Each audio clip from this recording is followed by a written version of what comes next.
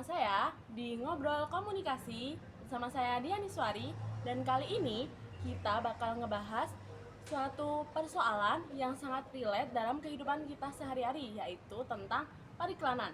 Nah, kebetulan banget kali ini aku bersama salah satu mahasiswi Ilmu Komunikasi UIN Sunan Kalijaga bersama saya Latifah. Di sini kita bakal ngebahas tentang periklanan dan gimana sih pandangan Latifah tentang periklanan di dunia saat ini. Nah, halo Latifah, gimana Halo, kabarnya? alhamdulillah baik. Seneng banget nih bisa diajak ngobrol-ngobrol di sini. Apalagi ini tuh relevan banget sama jurusan kita. Nah, sekarang kita langsung mulai aja ya. Kita langsung bahas tentang periklanan mulai dari dasarnya. Yang pertama, menurut kamu gimana sih pengertian tentang periklanan itu? Nah, pengertian periklanan itu ada dua nih. Yang menurut KBBI tahun 2000 yang terbitan Balai Pustaka itu tuh iklan itu pesan komunikasi yang diberikan oleh produsen atau penyedia jasa eh, kepada calon konsumen dengan imbalan bayaran.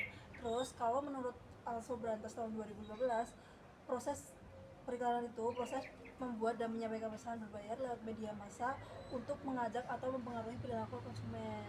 Nah, dari sini tuh kita tahu bahwasanya iklan itu suatu media komersial yang digunakan biasanya untuk mempromosikan produk atau jasa kepada halayak umum. Nah, kadang masih banyak yang bingung nih, apa sih bedanya iklan, promosi, publikasi sama humas? Bisa nggak dijelasin? Oh, ada nih perbedaannya itu. Ya pasti kalau misalnya promosi itu tuh jangka pendek, itu mendorong penjualan secara langsung. Terus kalau publikasi itu penyebaran informasi agar kita tuh tahu produk itu. Terus kalau misalnya humas itu tuh membangun hubungan dan membangun hubungan dengan halayak umum. Terus kalau misalnya iklan itu sendiri itu tuh pesan persuasif untuk mempengaruhi persepsi dan perilaku khalayak terhadap produk atau jasa yang kita tawarkan. Nah, di situ tuh udah jelas nih apa aja sih bedanya iklan, promosi, publikasi sama humas. Nah, suatu iklan pasti itu punya suatu tujuannya. Untuk apa iklan itu dibuat? Kira-kira buat apa aja sih iklan itu dibuat? Tujuan iklan itu tuh ada beberapa nih. Yang pertama itu tuh yang pasti untuk membangun citra merek atau perusahaan di mata masyarakat. Terus yang kedua itu untuk mempengaruhi perilaku konsumen agar tertarik sama produk yang kita jual atau kita tawarkan. Terus yang ketiga itu tuh untuk meningkatkan penjualan. Nah, tujuannya itu tuh alat komunikasi massa yang efektif untuk menyebarkan informasi secara luas sih mas.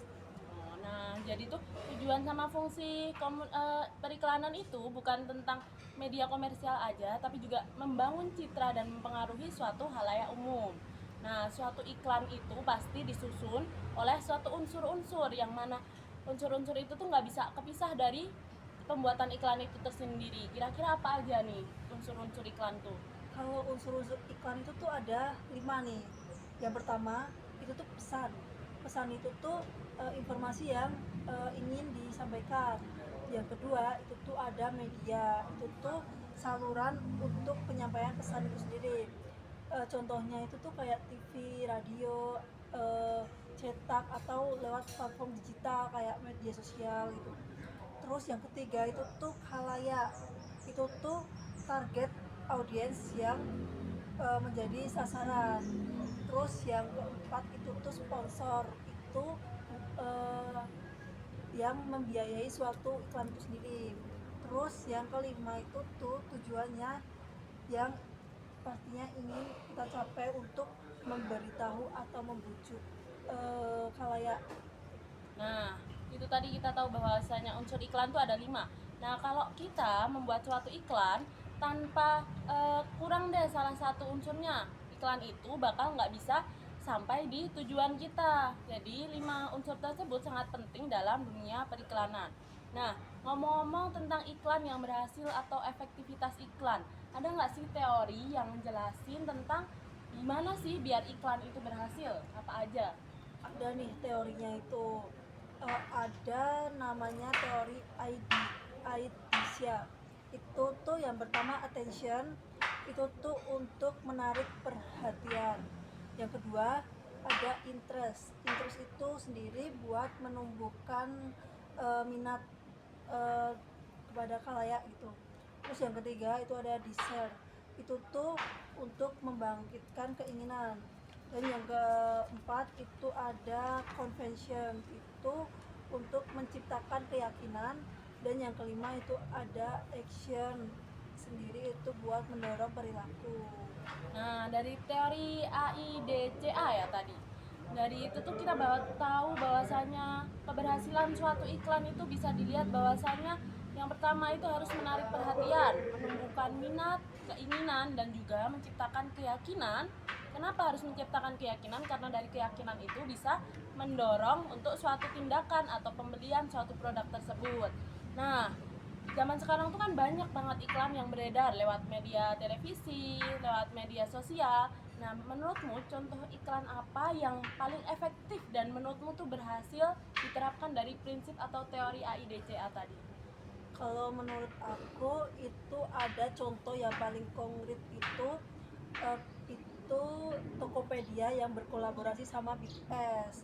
Itu kan karena menarik perhatian lewat visual dan lewat musik yang diberikan oleh BTS itu. Terus yang pasti untuk eh, yang pasti bisa menciptakan, menumbuhkan minat, terus menciptakan keinginan, pesan lewat slogannya yang wujudkan mulai dari Tokopedia. Dan itu ada untuk mendorong tindakan yang nyata yang pasti membuat kita itu bisa belanja lewat platform Tokopedia itu sendiri. Jadi kita jadi makin tertarik gitu lewat visualnya. Nah, kenapa tuh Tokopedia itu berkolaborasi sama BTS? Karena yang kita tahu bahwa BTS itu boyband yang terkenal. Dari situ bisa menumbuhkan ketertarikan dan minat para halayak, terutama fans-fansnya nih. Jadi bakal banyak yang tertarik untuk menggunakan Tokopedia sebagai platform belanja online. Nah, pertanyaan aku nih yang terakhir itu pertanyaan yang reflektif. Menurut kamu, apa sih yang membuat iklan dianggap baik secara komunikasi? Kalau menurut aku sendiri itu iklan yang baik itu tuh adalah iklan yang jujur dan relevan, yang tidak melebih-lebihkan, sesuai dengan kenyataan, dan tetap menghargai kecerdasan dari khalayak itu sendiri. Nah, bener banget. Aku setuju banget nih sama pendapat Latifah tadi. Bahwasanya iklan tuh sekarang tuh banyak yang melebih-lebihkan, yang nggak sesuai faktanya. Di iklan seperti ini, tapi saat kita menggunakan produk itu atau jasa itu ternyata nggak sebagus sesuai di iklan. Nah, sekarang iklan itu yang penting adalah yang sesuai fakta dan juga jujur, serta bisa menyampaikan nilai atau pesan moral dari iklan tersebut. Keren banget nih. Terima kasih banyak ya Latifah atas insight yang telah diberikannya pada hari ini. Semoga obrolan kita bisa menjadi refleksi buat kita semua bahwasanya iklan bukan sekedar alat jualan, tapi juga cermin nilai komunikasi yang etis dan kreatif. Sekian dari kami, sampai jumpa di podcast selanjutnya. Assalamualaikum warahmatullahi wabarakatuh.